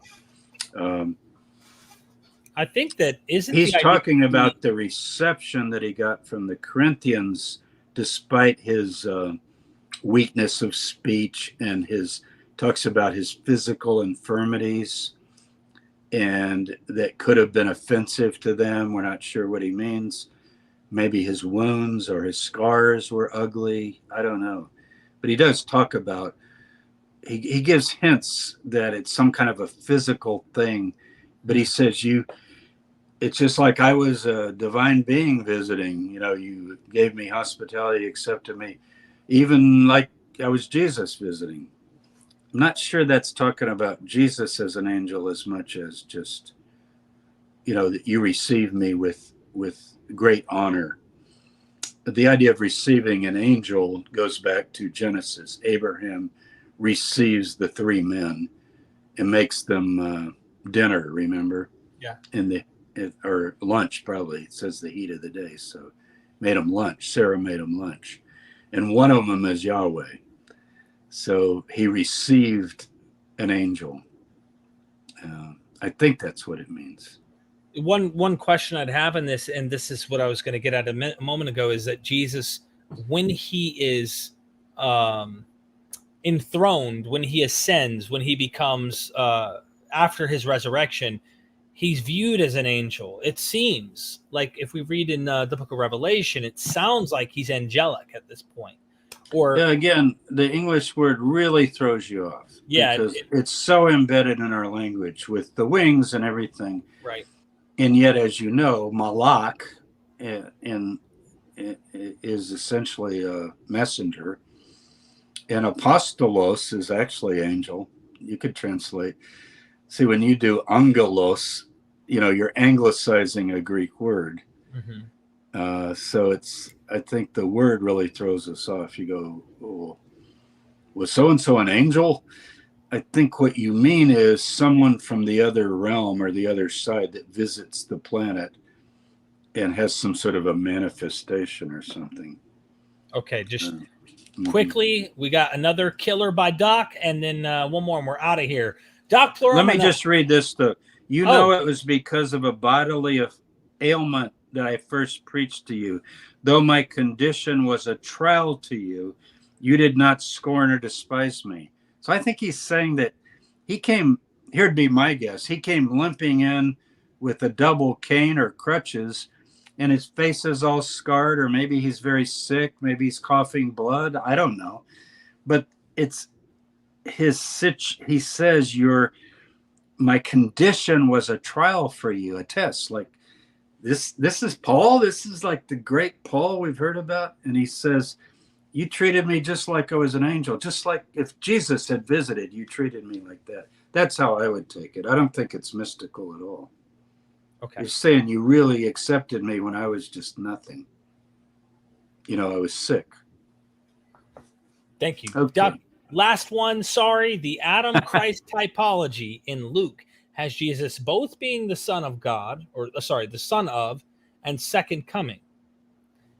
Because they are paralleled, does this indicate that early traditions found no conflict, or did they have the same meaning?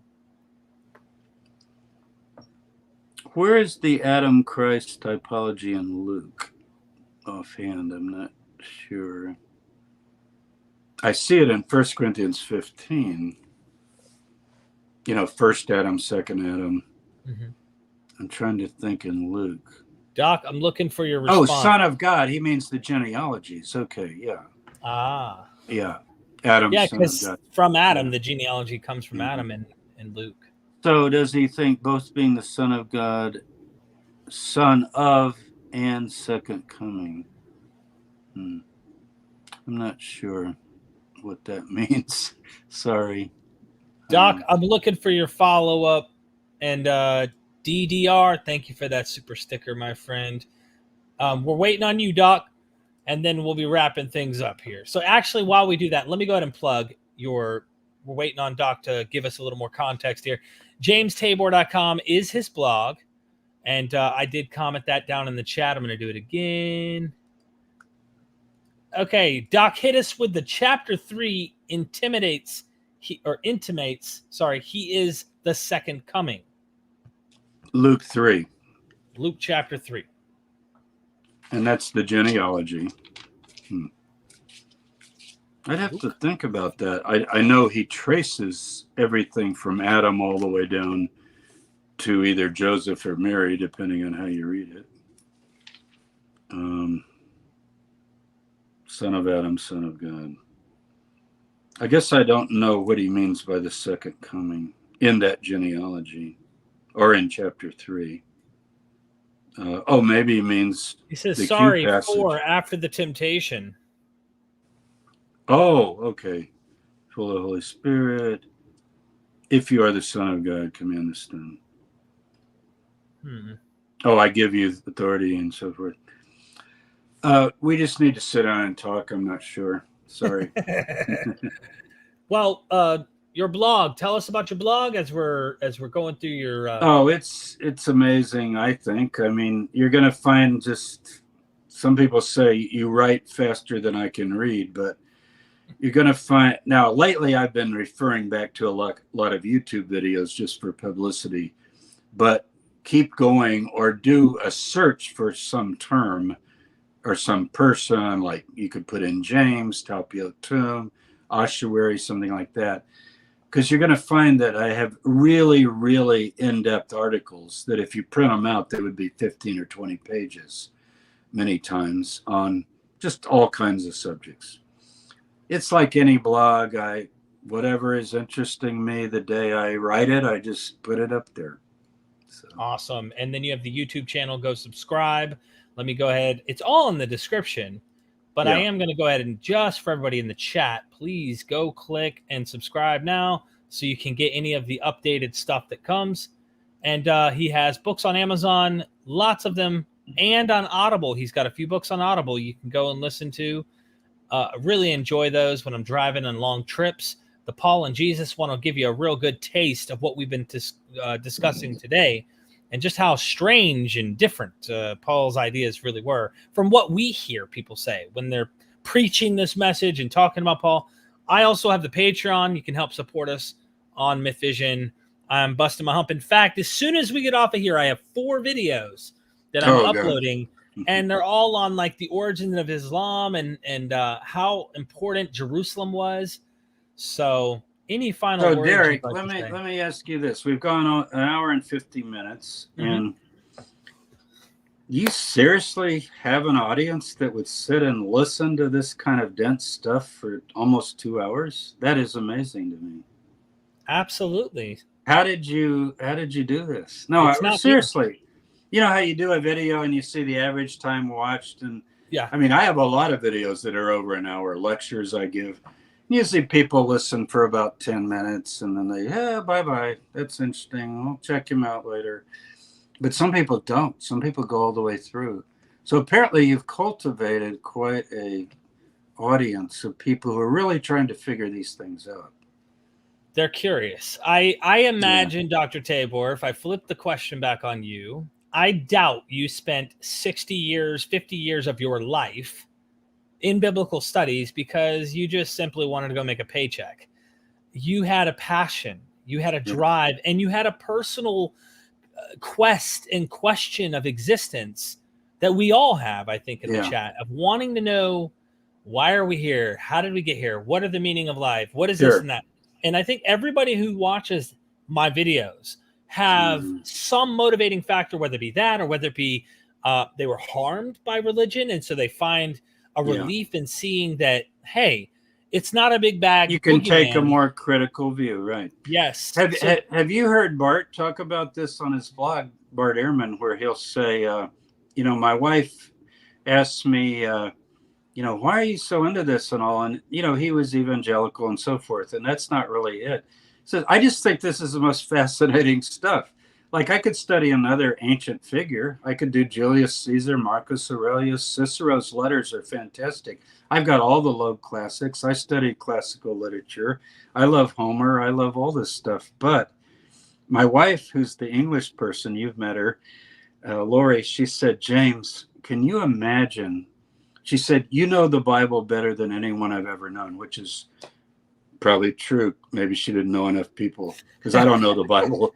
I mean, I know it pretty well, but you do. She said, what if you had spent all that time on Shakespeare? She goes, oh my God, you would be so much better off. Imagine you could just quote Shakespeare in any occasion. You'd drop that perfect Shakespeare quote. And you know what I say? It just doesn't interest me. Like that. And I do like Shakespeare, but it doesn't, it's like, very nice turns of phrase. You know what it is? I am so fascinated with Second Temple Judaism. That's what it comes down to.